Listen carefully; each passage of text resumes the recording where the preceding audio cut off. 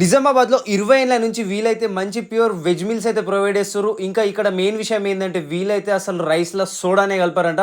ఇదైతే 100% నిజం, గుద్ది చెప్తా అంటుండు ఓనర్ అయితే. ఇంకా ఇంత మంచి ప్యూర్ వెజ్ మీల్స్ ఎక్కడ దొరుకుతున్నాయంటే శ్రీ లక్ష్మీ నరసింహ మెస్. ఇంకా ఇదైతే కుమార్ గల్లీలో లొకేట్ అయింది. కుమార్ గల్లీలో సిగ్నల్ దాటి వచ్చిన తర్వాత లెఫ్ట్ సైడ్ మనకైతే దేవి లాడ్జ్ అని కనిపిస్తుంది అనమాట. ఇక్కడనైతే లొకేట్ అయింది. కొంచెం ముంగట్టుకోగానే రైట్ సైడ్ చిన్న సంద వచ్చింది కదా.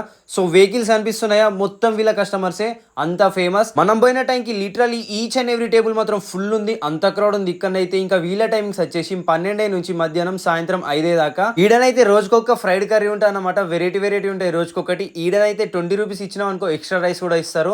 మనం పోగానే ఒక ప్లేట్ అయితే చెప్పేసినాము. ఈడ ఫేమస్ మిల్ మేకర్ కర్రీ తిన్న తర్వాత నేనైతే ఫ్యాన్ అయిపోయినా మిల్ మేకర్ కర్రీకి. ఎందుకంటే ఇంటికాడ ఎట్లయితే టేస్ట్ అంతకు డబుల్ అయిపోయింది. ఇక్కడ టేస్ట్ మాత్రం సూపర్ అని చెప్పేసి. ఇక్కడ ముద్ద వంకాయ curry full famous. Only Tuesday Saturday 2 డేసే ఉంటుంది. తింటే మాత్రం షాక్ అయిపోతారు, అంత సూపర్ ఉంటుంది అంట టేస్ట్ అయితే. ఇంకా ఈ వీడియో నచ్చినట్టయితే